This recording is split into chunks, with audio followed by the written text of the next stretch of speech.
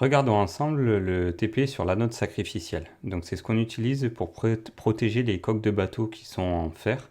Le principe, c'est d'oxyder un métal plus réducteur que le fer afin de le protéger.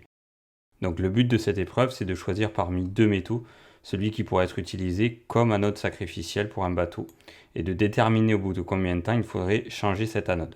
Alors pour ce faire, on a quelques données qui vont nous aider. Notamment, on a la formule qui nous permet de calculer la capacité électrique et la durée de fonctionnement de la pile.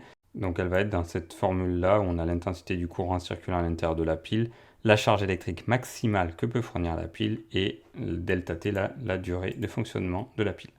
Donc on a juste ces deux formules, ensuite on a des données, les masses molaires, qui vont être assez utiles. Et on commence d'entrée par une préparation d'une solution de fer 2. Donc pour ça, on va utiliser du sel de mort.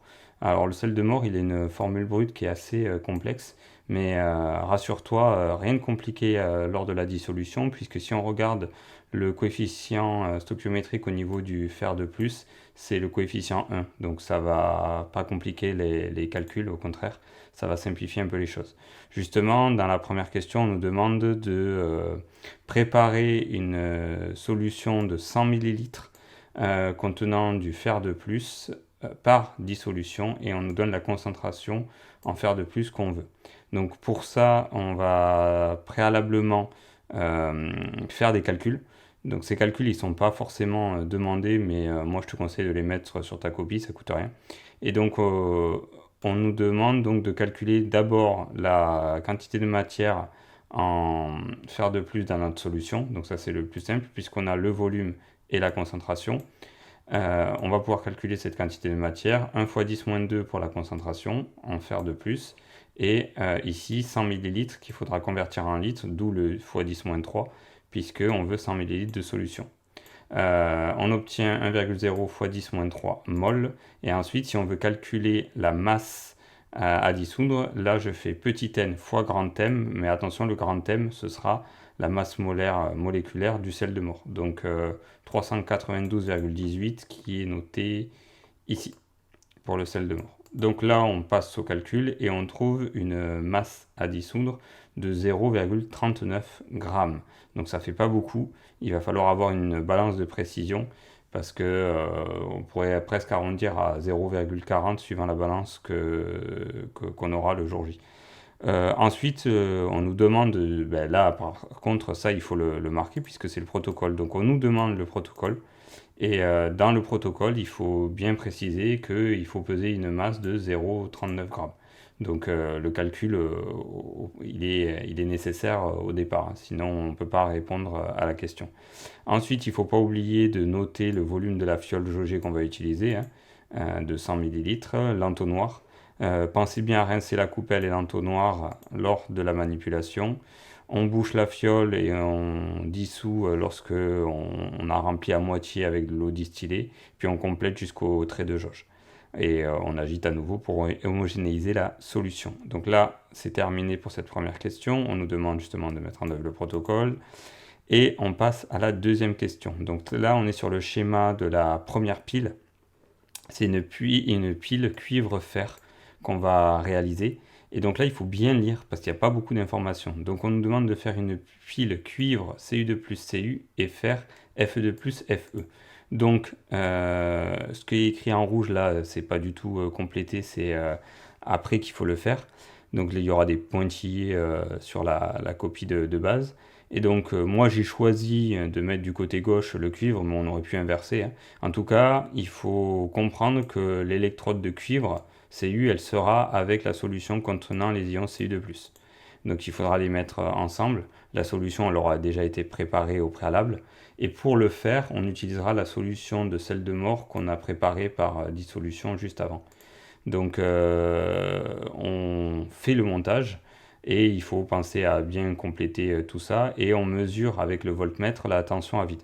Donc si tu branches le voltmètre comme j'ai indiqué sur le schéma, donc la borne COM du côté du fer et la borne V du voltmètre du côté du cuivre. Dans ce cas, la tension à vide sera positive.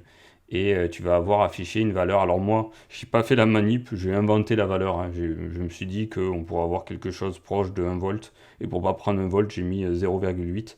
Mais toi, tu mets à la valeur que tu auras affiché le jour J. Si jamais tu as un signe moins, c'est que tu as inversé les deux bornes. Donc tu as mis comme du côté du cuivre et volt du côté du fer.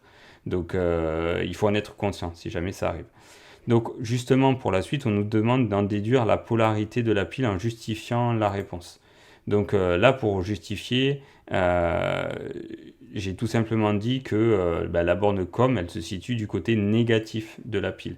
Donc là, je l'ai rajouté. Ça, c'était pas demandé. C'est moi qui l'ai rajouté pour que tu comprennes bien. À chaque fois, le COM, il est du côté négatif, à condition, bien sûr, que la tension à vide, elle soit positive. Donc il ne faut pas inverser le COM et le V au départ. Et puis la borne V du voltmètre, elle est du côté de la borne positive de la pile. Donc c'est ce que j'ai noté ici.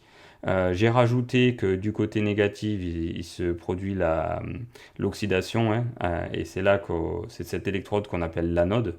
Et j'ai mis la demi-équation électronique, pareil pour la réduction, mais c'est pas demandé. Tout ce qui est en vert là, c'était pas demandé. C'est moi qui l'ai mis pour que tu comprennes un petit peu comment ça marche, mais pour faire réviser pour le bac. Donc on passe directement à la question suivante. Et là, cette fois-ci, on fait une deuxième pile à base de zinc et de fer. Et donc, comme tout à l'heure, j'ai mis le zinc du côté gauche de la pile et le fer du côté droit de la pile. Donc, tu peux inverser, il n'y a pas de souci. Ensuite, on nous demande de compléter le schéma du montage, hein. Donc, tout ce qui est écrit en rouge, c'est à compléter. Il y a des pointillés sur la feuille de base. Et ensuite, on nous demande de mettre en œuvre le montage et de mesurer l'intensité du courant électrique. Donc moi, j'ai choisi un courant électrique de 2,0 mA, mais toi, tu n'auras pas ça le jour J, c'est sûr. J'ai pris une valeur au hasard. Mais je me dis que de toute manière, pour des piles comme ça, c'est faible l'intensité. Donc tu auras peut-être 1,5 ou 1,3 mA. Ça, tu t'adaptes et tu mets bien sûr ta valeur. Tu mets pas 2,0. On nous demande d'indiquer sur le schéma le sens de déplacement des électrons et le sens du courant électrique et de justifier. Donc pour ce faire, je t'explique, tu pourras lire après ce que j'ai noté, hein, ça va résumer. Si jamais l'intensité mesurée est positive, c'est que la borne COM est bien branchée du côté négatif de la pile et la borne A du côté positif de la pile. Donc c'est mon cas ici. Il faut se rappeler que le courant électrique, il va toujours du plus vers le moins, donc I, qui est ici, se déplace dans ce sens-là, donc du pôle positif vers le pôle négatif. Or, les électrons, eux, se déplacent dans le sens inverse du courant, donc les électrons, ils vont se déplacer du sens du pôle négatif vers le pôle positif. Donc voilà ce qu'il faut noter. Donc j'ai tout résumé ici. Ensuite, et c'est là que ça se complique un tout petit peu, on nous demande d'écrire les demi-équations, puis l'équation de réaction modélisant le fonctionnement de la pile. Donc là, il faut se rappeler que du côté négatif, on a l'anode. Moi, je le retiens avec le N de négatif et le N dans anode. Donc, comme on a l'anode, c'est le siège de l'oxydation. C'est ici qu'il va se produire l'oxydation. Donc, la demi-équation électronique doit être une demi-équation dans le sens de l'oxydation. Donc ici, Zn égale Zn de plus AC plus 2 électrons, c'est bien écrit dans le sens de l'oxydation, et donc on va libérer du Zn de plus et des électrons qui vont pouvoir ici aller dans le circuit. Donc là, la concentration en Zn de plus, elle devrait augmenter, et on va avoir de moins en moins de zinc. De l'autre côté, donc pour l'électrode de fer, là ça va être le siège de la réduction, puisqu'on est du côté de la cathode. Et dans ce cas-là, il va falloir écrire la demi-équation électronique dans le sens d'une réduction. Donc c'est ce que j'ai fait ici.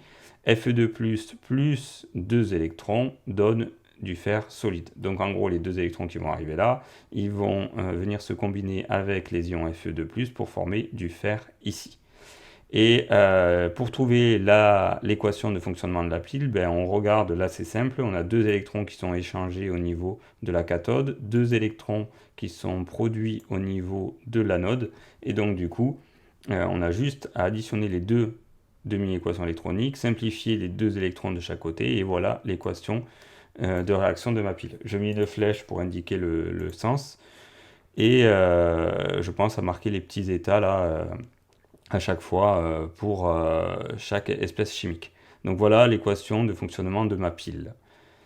Ensuite, là, c'est terminé pour les manips. On me demande de réfléchir sur l'anode sacrificielle et son temps d'utilisation. Donc déjà, à partir des deux piles qu'on a réalisées, on indique dans quel cas le métal est consommé et d'en déduire le métal à choisir pour protéger le fer qui est utilisé pour fabriquer un bateau, afin qu'il se corrode le moins possible. Donc en gros, c'est quelle pile qui ne consomme pas du fer, mais qui va plutôt en produire.